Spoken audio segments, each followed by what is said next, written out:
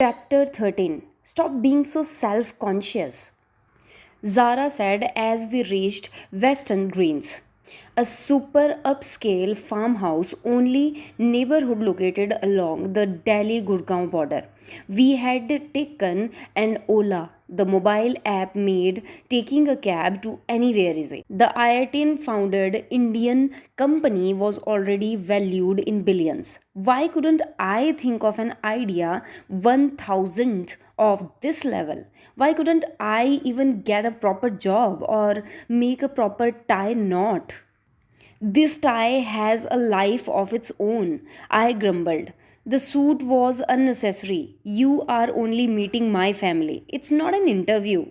They see me in a suit. They believe I am professional. Otherwise, the moment I mention IIT tuitions, it is over.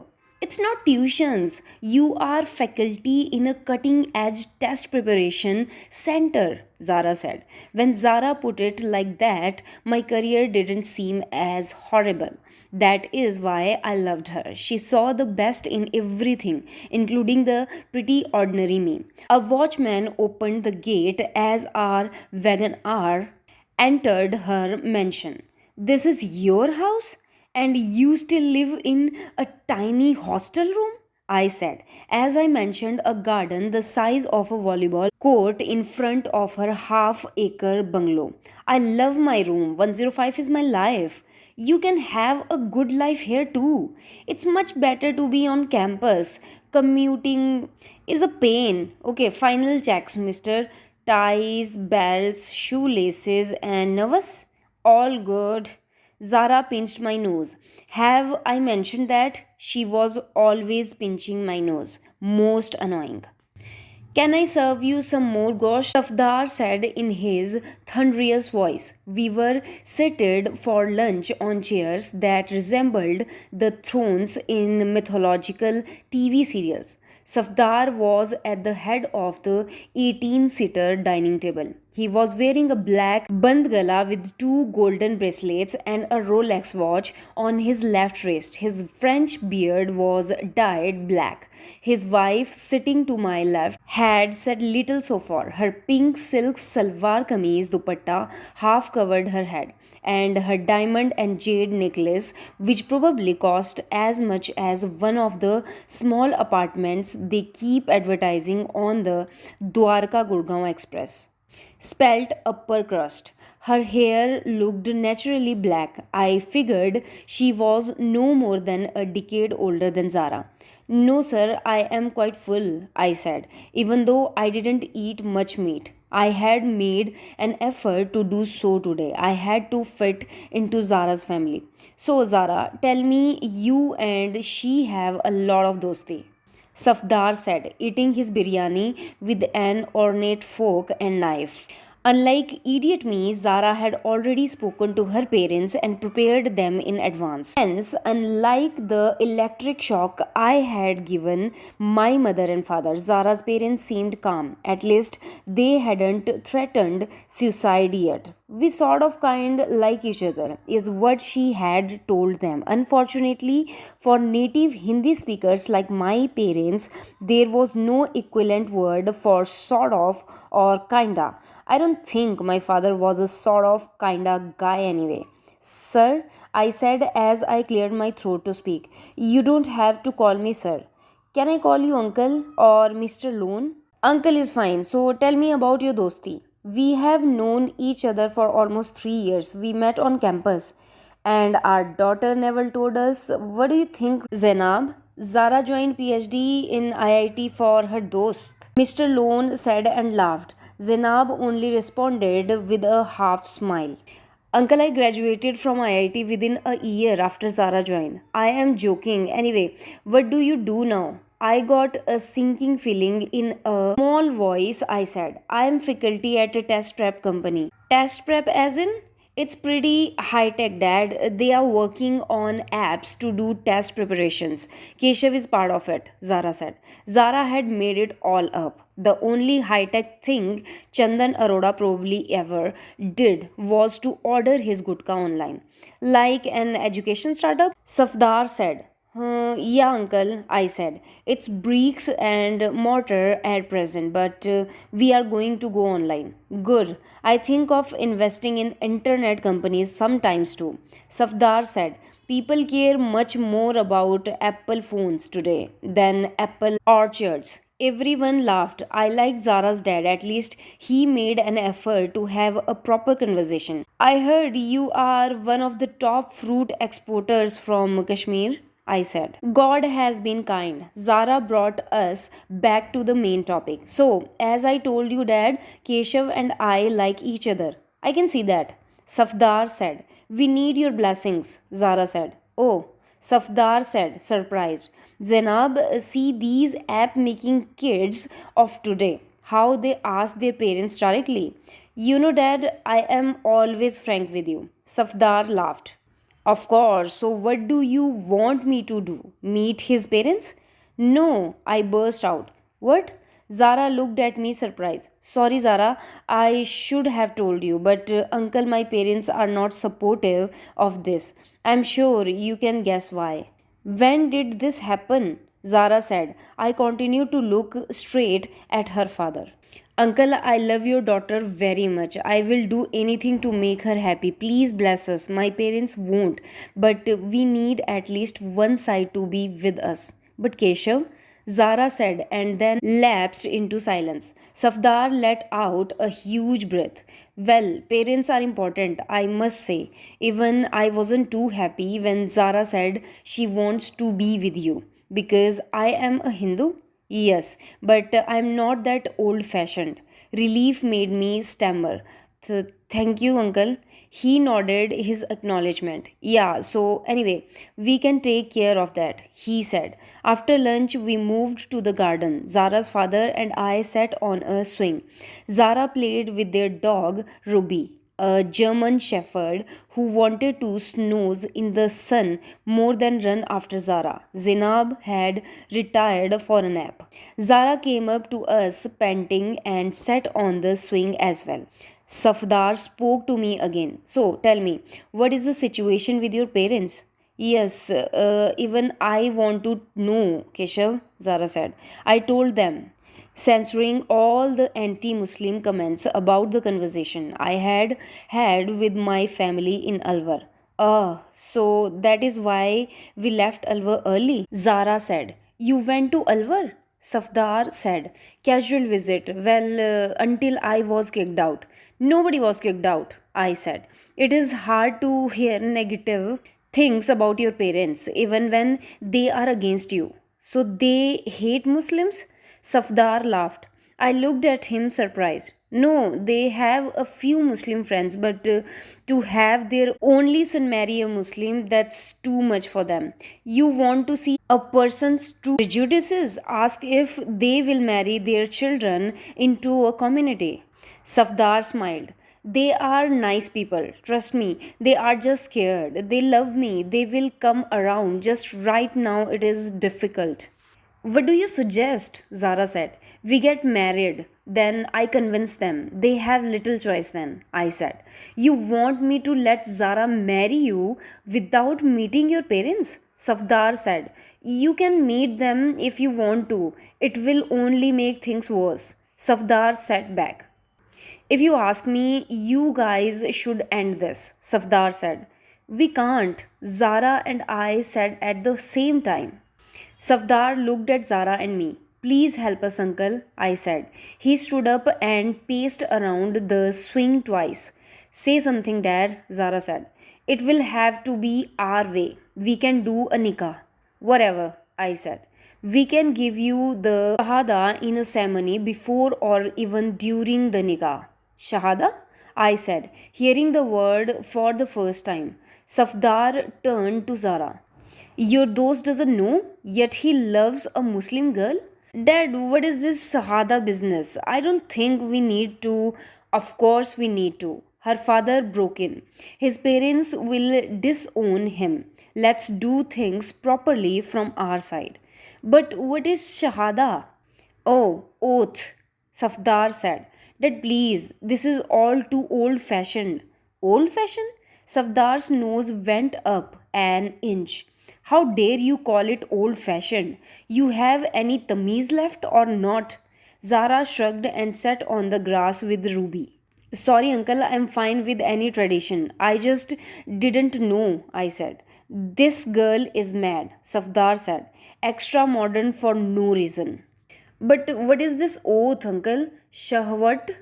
Shahada. It's simple, just a couple of lines. He raised his palm and murmured something in Arabic. La lillaha lillah la Muhammadun Rasulullah la. There is no God but God. Muhammad is the messenger of God to make you one of us. Us? A nikah can't happen unless both bride and groom are Muslims. You have to convert, Safdar said. Maybe I was giddy from the swing, but I swear I felt the ground move beneath me. Would you like some tea? We have wonderful Kashmiri kahwa, Safdar was saying, as if the kahwa came free with the conversation. Trust me, I didn't expect this turn of events, Zara said, cupping my face.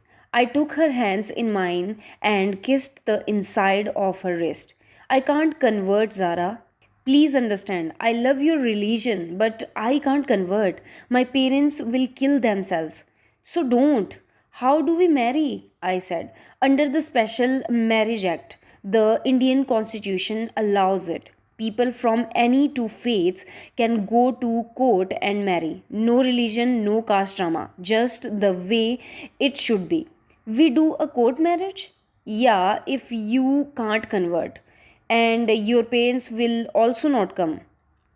Forget come. I will get disowned too. And my dad will also send thugs from his warehouse to beat us up. So filmy, no?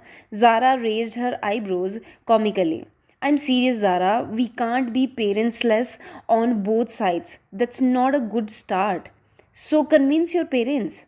Can't. Convert. Can't. So we have to give them up for the sake of our love. Zara, what are you even saying? Nothing. Zara freed herself from my arms. I'm trying my best, Zara. Is this your best? I don't think so. I don't see you telling your parents. This is my girl, and that's that. They are my parents, Zara. That they will always be. But the way we are going, she stopped mid sentence. What? Nothing. Good night. My phone rang in the staff room. I picked it up. It's Safdar. Can we talk? Keshav, came Chandan's loud call. Come to my office. His fat stomach reached the staff room before he did. I covered the phone with my hand. Chandan sir, I am on an important call. Give me 5 minutes. Important call? What? Being interviewed by other coaching centers? He said, one eyebrow raised. Sir, family, I said, moving away from Chandan. Yes, uncle, how are you? Safdar came straight to the point. Zara says you are not comfortable converting to Islam. No, sir, I would, sir, but my parents won't be able to take it. So forget Zara. Stop meeting her. But, uncle, stop means stop. I opened my heart to you. You betrayed us. Betrayed? Your parents threw my daughter out when she came as a guest. I welcomed you into the family, but you don't want to respect our wishes. Uncle, it's about one's religion. Enough, he said, interrupting me. You went to PVR with Zara yesterday? Yes, sir, I said, wondering how he knew. And she came to your apartment afterwards? Zara told you? I said, no, I have people who track you, and if need be, they will hurt you. Hurt? You are just a kafir, taking advantage of my precious daughter. Leave her alone, or it won't be good. Are you threatening me, uncle? I said, just to be clear. I don't threaten, I display kindness, and when betrayed, I take action. For my family's honor, if necessary, I will draw blood. The word blood sent shivers down my spine. Chandan Arora walked into the staff room again and shook my shoulder. If your loving family call is over, let's talk work. That wasn't cool, Keshav, Zara said. I know, I said, taking a bite of the falafel kebabs in her friend's Sanam's kitchen. We were at a New Year's Eve party at Sanam's aunt's house.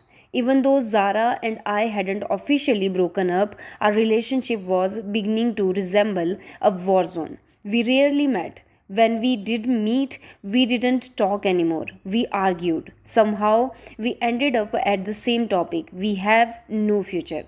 I didn't want to convert or disown our parents. Zara couldn't believe I wouldn't fight for us. At the party, I had told Zara I wanted to talk to her alone. Sanam's kitchen was the only quiet place we could find in the entire house. You drunk dialing me every weekend bad enough, but how could you call my dad? Zara said. I didn't realize it. I searched for loan on my phone and ended up dialing his number. And since he picked up, you felt it was okay to yell and abuse? I avoided eye contact with her. I looked at all the party food kept in aluminium foil trays near the stove. 3 days ago, too many drinks and an accidental call had meant Safdar Loan heard some wonderful abuses from his almost had been Rajasthani son in law. I had screwed up and had no excuses. Still, I remained stupidly defiant. She continued to stare at me. I smirked. Yes, I could smirk at Zara then. I didn't know how much this girl meant to me or that I would be pinning for her years later. However, at that time, stupid me couldn't care less. Your dad deserved it, I said. What? Didn't he threaten me and tell me to stop meeting you? I told you. He called me at work. Did I stop meeting you? Did I, Keshav? No, I said sheepishly. Didn't I give you enough chances to think about what to do? Yes, but you have started avoiding me now. Because you have no answers for us. It's better we stay away from each other then. Just like that? Not just like that. It's hard, super hard, Keshav Raj Purohit. I left that scholarship from MIT for you, joined IIT just to be close to you. You think it is just like that for me? Oh, so now I am supposed to feel guilty, give up my parents and God because you gave up a scholarship? I don't like your tone, Keshav. I don't care. Fine then, I will go hang out with my friends. You are the one who pulled me aside. Go wherever. I am leaving, Keshav. I know it sounds kiddish, but can we like officially break up? What? We kind of have already. But like, let's be clear from now on, no contact. Zara, are you mad? I said. I was mad. I'm coming to my senses now. I got drunk and called your dad. Big deal. What do you want me to do? Say sorry? I will. Zara shook her head. It's not just that, it's more. Anyway, no point going over it again. We are done. Bye. Zara? I called after her, but she had already left the kitchen to join her friends, at least on that day. I had too much pride and ego to go after her. And yes, she was right. I didn't have answers, just as I had no measure of how desperately I wanted to be with this girl. Someone was shaking me by my shoulder. I am never coming to pick you up like that again, Saurav said, continuing to shake my shoulder, switching off the past video playing in my mind. Huh? Oh, Golu, you are here. You are my Jan, Golu. I ruffled his chair as I came back to my senses and the present moment. Apparently, I had had a bill of 10 whiskies at social, which Saurav had paid for last night. One of the waiters had used my phone to dial his number when I passed out at my table. I saw their conversations between Zara and Raghu, full on love, I said, as if that justified my alcoholic meltdown. They were dating, of course, they will have such conversations. When will you stop this Zara business? What will I stop? God only stopped it. I didn't convert. That's why he punished me. Took her away right when she wanted to get back. I felt like crying again. Saurav noticed and spoke again. Shut up. Take a shower. Teach your class. Move on. Saurav said, a rare strictness in his voice. Did you know Professor Saxena made an indecent proposal to Zara? Your IIT dean? Yeah, Zara's guide. I have an email in which Zara says everything he did. I have to meet that bastard, I said. I stood up and walked to the bathroom. No meeting anyone. Saurabh screamed from behind. Focus on work. I will finish my classes first, Gulu. Relax, I said, splashing water from the tap on my face.